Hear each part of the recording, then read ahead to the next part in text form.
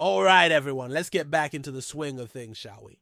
After a wee breather, 10 days to be exact, we're back in business. And let me tell you, it's good to be chatting football again. I've had a break. You've had a break. Us.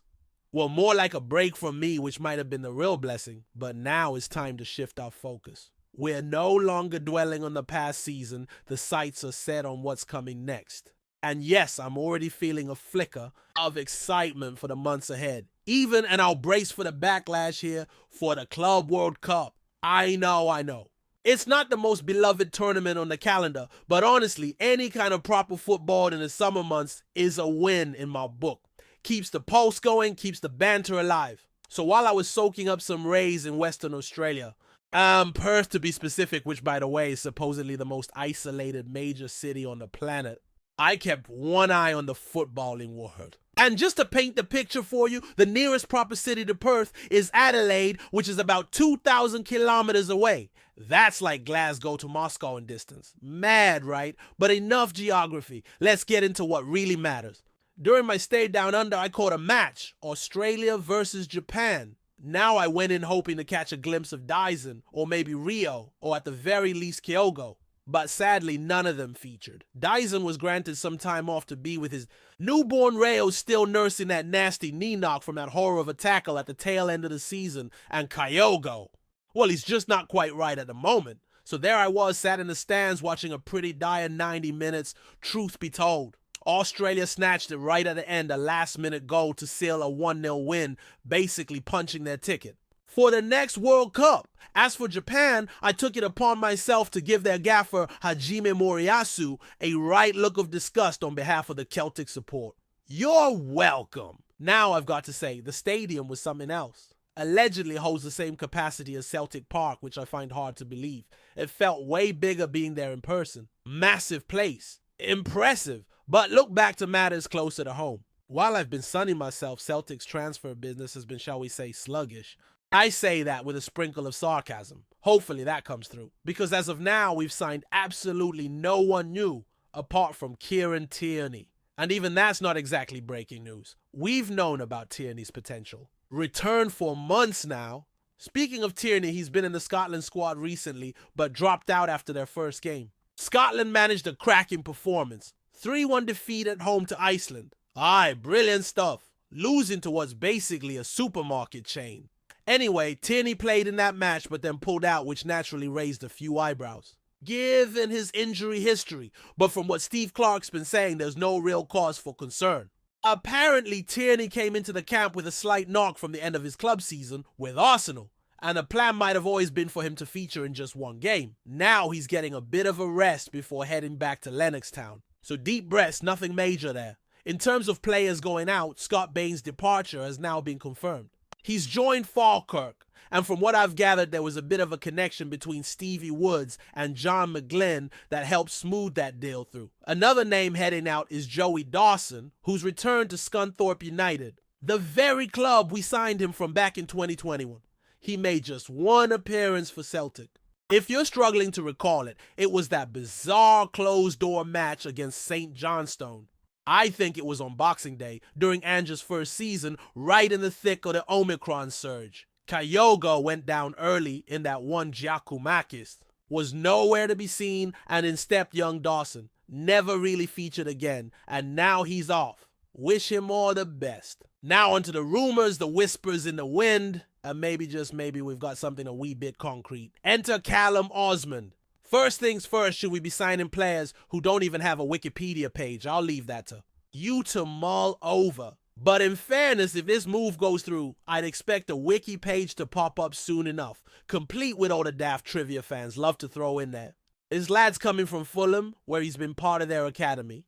Set up, playing in Premier League 2 for their under-21s. He's never actually made a senior appearance for the Cottagers, so don't go thinking we've pulled off a massive coup just yet. But he's only 19 and has shown real promise. Fulham fans are a bit gutted about the prospect of losing him. And from what I've seen, they've been voicing some familiar frustrations. What's the point of having an academy if your top talents never get a shot at the first team? Sound familiar? I thought so.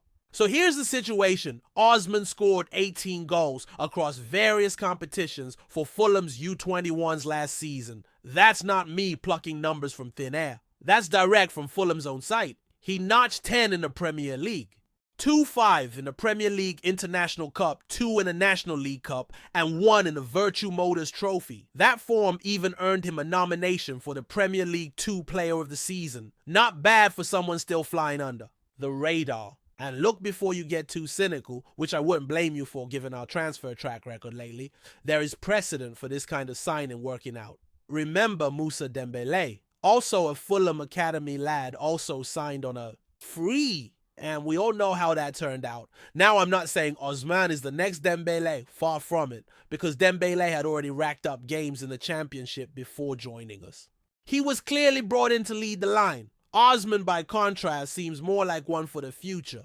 Maybe third choice striker, someone to develop under Brendan Rodgers' eye. There's maybe a better comparison to be made with Matt O'Reilly. Different position, of course, but similar pathway. O'Reilly came through Fulham's youth system, couldn't break into the senior team, and chose to take the risk, dropping down to MK Dons playing week in, week out, rebuilding his trajectory. Fast forward, he ends up at Celtic Blossoms, and now he's a key figure at Brighton. Could Osman be following a similar route? Possibly. Now the lad's got pace, he's a tidy finisher, and he's decent at link-up play. He can assist, carry the ball forward, and he's got that sharp movement in and around the box. From the clips I've seen, I've been down the YouTube rabbit hole, he seems to have that knack for popping up in the right places. He's maybe not the tallest, I guess, around 6 foot give or take, but he's agile, he's got quick feet, and he's not afraid to take on a defender. Think of someone like Lee Griffiths in terms of size and goal instinct, but maybe with better dribbling ability. I also had a wee flash of Patrick Klimala pop into my mind, but maybe that's just the setting talking, given he's in Sydney these days. And then there was even a Gary Hooper vibe about some of the finishes, the sharp, instinctive, but Osman's definitely quicker. Of course you've got to take these highlight reels with a pinch of salt. There's always that risk of getting too hyped over a compilation video. But on the whole, he looks like someone who could be worth the punt, especially on a free transfer. Low risk, potentially high reward. And if he turns out to be nothing special, well, we haven't broken the bank. Now what this means for Johnny Kenny is another matter. I suspect Osman might already be ahead in terms of skill set and physical tools. Could we see Kenny going out on loan again next season? Maybe to a fellow Scottish Premiership side where he can get regular minutes and show us what he's really about. Time will tell. Anyway, Celtic aren't just sitting on their hands entirely. Preseason plans are shaping up nicely and the fixtures are starting to trickle through. We've got a match lined up against Sporting Lisbon on Wednesday the 16th of July to be played at the Estadio do Algarve. That ground holds about 30,000 and was built for Euro 2004. If you've ever flown into Faro, chances are you've driven right past it. Sits not far from the airport. Cracking venue, and this one's going to be a proper game with fans in the stands, none of this behind closed doors nonsense. That match will round off our training camp in Portugal, where we're expected to play at least one more game, though that one might be closed to the public. And then we're off to Italy for the 4-team Como Cup happening between July the 23rd and 27th. Host Como will be joined by us Ajax and Saudi side Al Ahly, the one with Riyad Mahrez, Roberto Firmino, and Ivan Toney knocking about.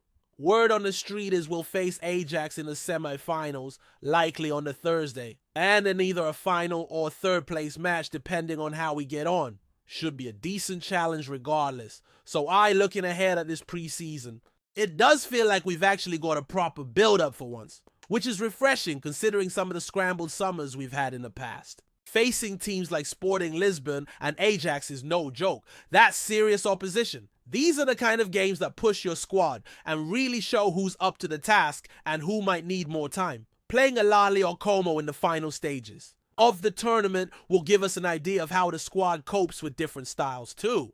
It's not just about fitness anymore, it's about building rhythm, sharpening tactics, and seeing who's going to step up with the season right around the corner. And let's not forget this preseason might also tell us something about Brendan Rodgers' plans. Last year was a bit transitional, coming back into the club, adapting to the squad he inherited. This time, though, we expect to see more of his Celtic. If he wants to bring in more youth play with more width, maybe try some new shapes. These matches will be the time to test all that out.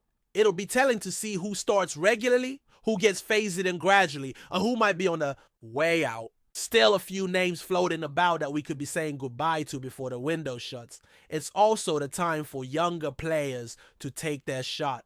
With the likes of Callum Osman potentially arriving and others already training with a first team, this stretch of games in July will be massive. We've seen in the past how quickly things can change with just a strong preseason. Remember when Matt O'Reilly hit the ground running, or when Abada made his mark early doors. It only takes 1 or 2 strong performances for a player to move from the fringes to being first choice. So eyes will be on these games, not just from the support, but from the coaching staff as well.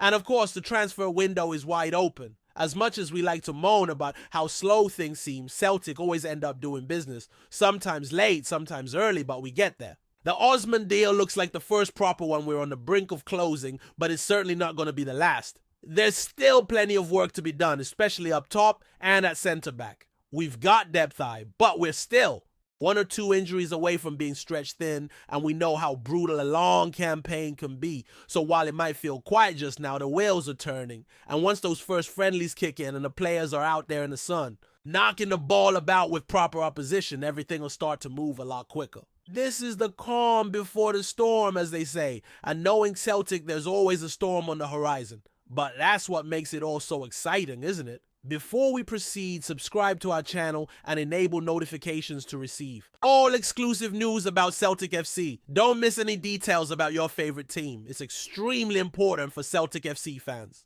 There's a fresh buzz swirling around Celtic Park, and it's got everything to do with Belgian midfielder Arne Engels. Whispers have emerged suggesting the 21-year-old is far from happy with life in Glasgow, and the rumour mill is already churning. At full speed, sources close to the player claim Engels has grown increasingly frustrated with his role, or lack thereof, under the current management.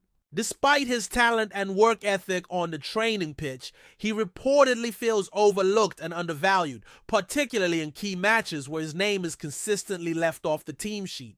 This has allegedly led Engels to demand an exit from Parkhead, with murmurs of him seeking a new challenge where he can feel truly appreciated. The player, who joined Celtic with high hopes of making a significant impact, is said to be disheartened by what he perceives as a lack of faith in his abilities. Behind closed doors, it's believed that Engels has voiced his concerns directly to club officials, expressing a strong desire to move on if his situation does not change. Though no official statement has been made, the tone from his camp appears firm. Speculation has already begun about potential destinations, with clubs in Belgium, Germany, and even the English Championship reportedly keeping tabs. His versatility and engine in midfield make him an attractive option, especially for sides looking to inject youth and energy into their squad. It remains to be seen how Celtic will respond to these rumblings. Will they attempt to mend bridges and assure Engels of his future role? Or will they open the door for his departure in the coming transfer window? One thing is certain, where there's smoke, there's often fire. And right now, the air around Celtic Park feels unusually thick. Hello, fan. Don't forget to like and subscribe to the channel, as it means a lot to Celtic FC. Also, share your opinion about the news in the comments below. See you in the next video.